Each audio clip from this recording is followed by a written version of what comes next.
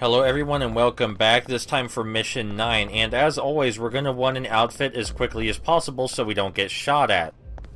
And the easiest way to get an outfit for me, personally, is to wait on the right side of the room for this poor sap to exit. As soon as he exits, we're going to cap him in the head before he has a chance to look at us. Keep in mind that as always there are multiple methods to do this sort of thing, but this is the earliest and most convenient way to get a new outfit. After we shoot him, we want to grab his clothes before anyone notices he's dead, because eventually someone will notice him. We don't want to be around when they do. You might have seen that we have quite a list of objectives this time. Not only do we have to kill the lieutenant, but we do have to kill 3 Cuban technicians. Fortunately, as always, I've memorized where they are, and we're headed to the first one right now. This is the first of the big 3 intimidating levels. This level and the 2 after it are huge mazes where it's very easy to get lost. So I spent a very long amount of time memorizing where everything is, and how to get there and kill who's there, in the least amount of time possible. Currently, we need to get to the lowest level of the ship, which is the engine room, or rather is in the engine room, and there are signs pointing to the engine room, so if you stop to read them, you could eventually find your way there. Just not as quickly as this. Now that we're here, we need to make our way through a hatch so we can disable the bombs that would otherwise sink the ship. But the funny thing about these bombs is that they're not even supposed to be here yet.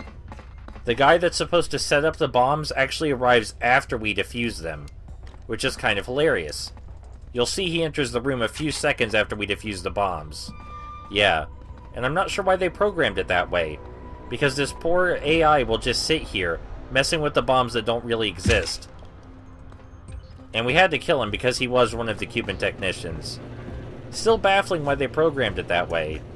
Like, why not just have the AI already there from the start of the level? This guy that's walking away from us right now, he's also one of the Cuban technicians, which only makes sense because he was supposed to guard his buddy. Didn't do a very good job of that.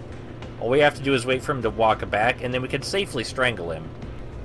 So for those of you keeping track, this is 2 Cuban technicians down out of 3, and we've already stopped the ship from sinking.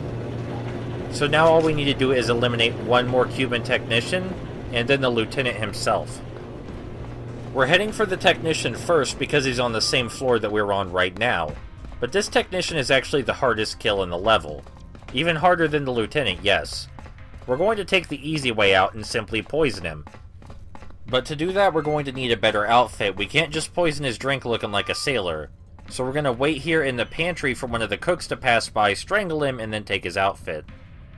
And with this outfit, we will be able to successfully poison his drink. Now, even though poisoning something is usually very difficult because everyone's eyes are on you, in this case, it's got special mechanics for it. I find this particular cook to be the easiest one to kill because he comes into the pantry room by himself.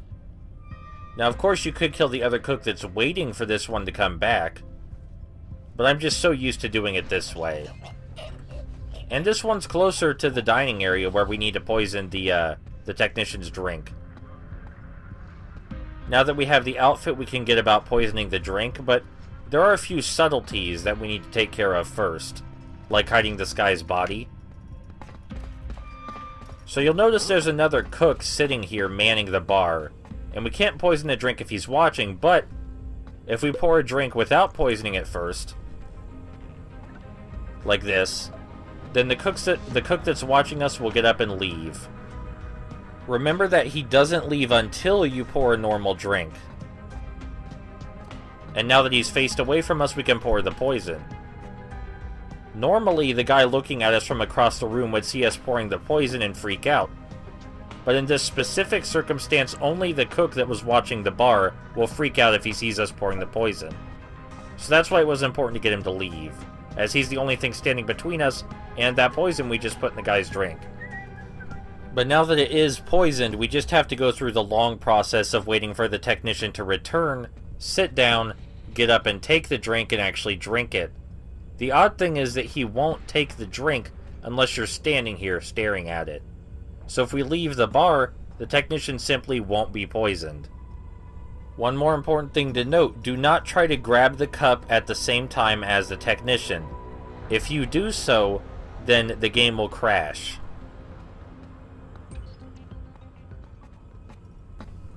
I think this was the first edit I've made because the technician takes forever to get out of his seat and actually grab the drink, but now that he's taken it, he's gonna be dying here in like a minute. We're gonna follow him all the way to the bathroom, just to make sure he's good and dead. But after we see him enter the restroom, we're done. We're just gonna go head for the lieutenant right away. The funny thing is that this technician doesn't complain about feeling the immense pain from the poison, because the poison's supposed to be incredibly agonizing, but he's walking very calmly to the bathroom. When he gets there, he'll curl up and die, but he's taking it like a man. For some reason, we walked a little bit too close and he got suspicious. And he's going to the left into the latrine. That's it for the last human technician. He'll die here in under a minute. So now we're going to go head upstairs to the lieutenant's room in the bridge.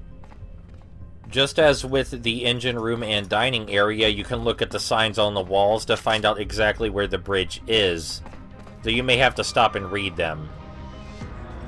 And finding my way up to the bridge proved to be the most difficult part of the level, because this place is a maze. Make no mistake about that.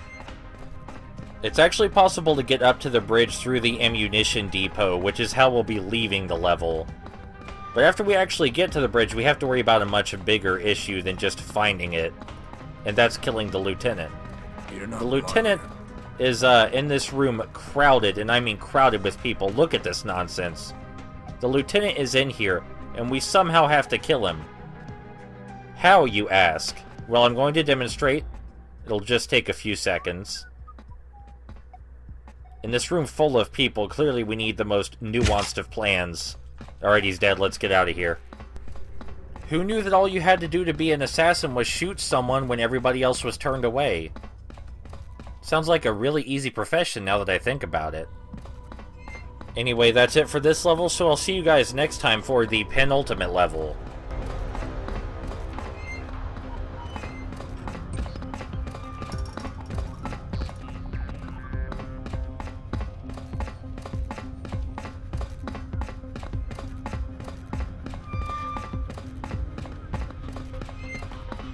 Huh?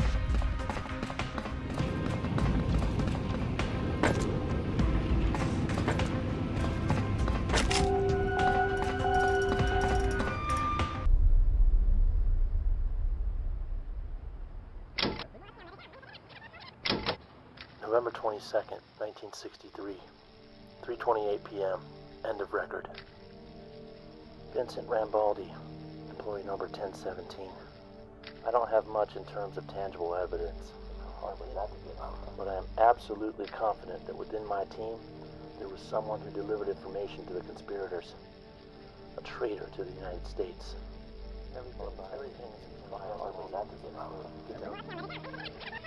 Sent in manila envelopes on 6 different occasions. I can confirm the accuracy of the information. My testimony will help confirm the accuracy of each operative's alibi when questioned by Internal Affairs.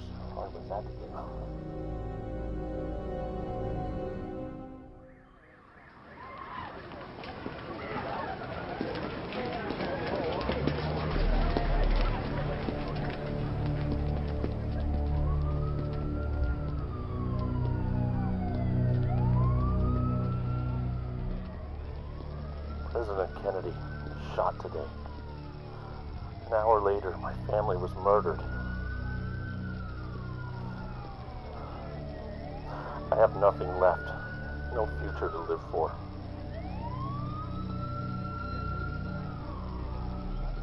Those who shook my hands and swore on the Constitution to defend our country betrayed us all.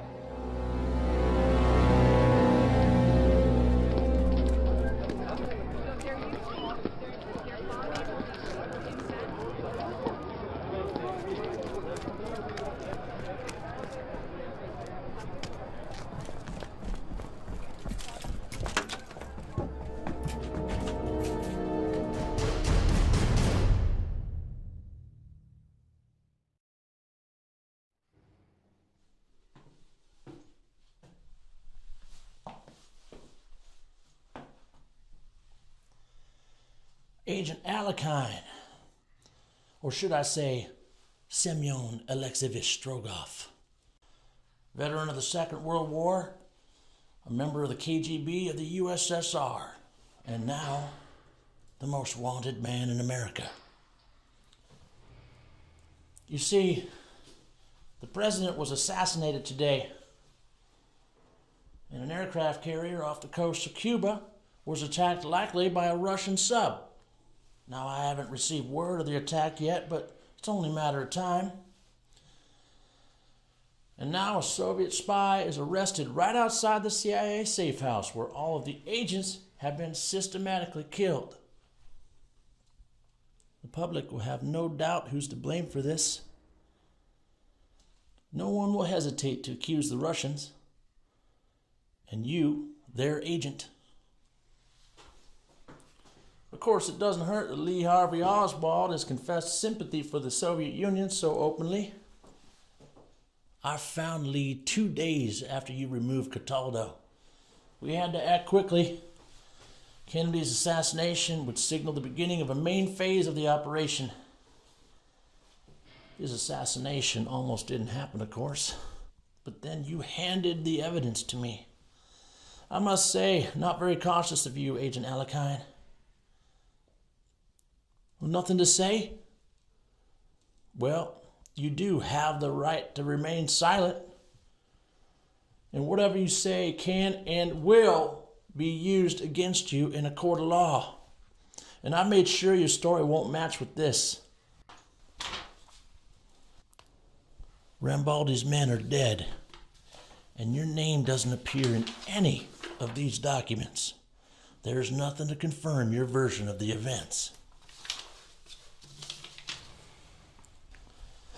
You'll stay here till Monday. Then you'll be transferred to the CIA. I'm sure they can't wait to meet the spy who murdered their friends. I don't even want to imagine the kind of hell they're going to put you through. Farewell, comrade. You won't be missed.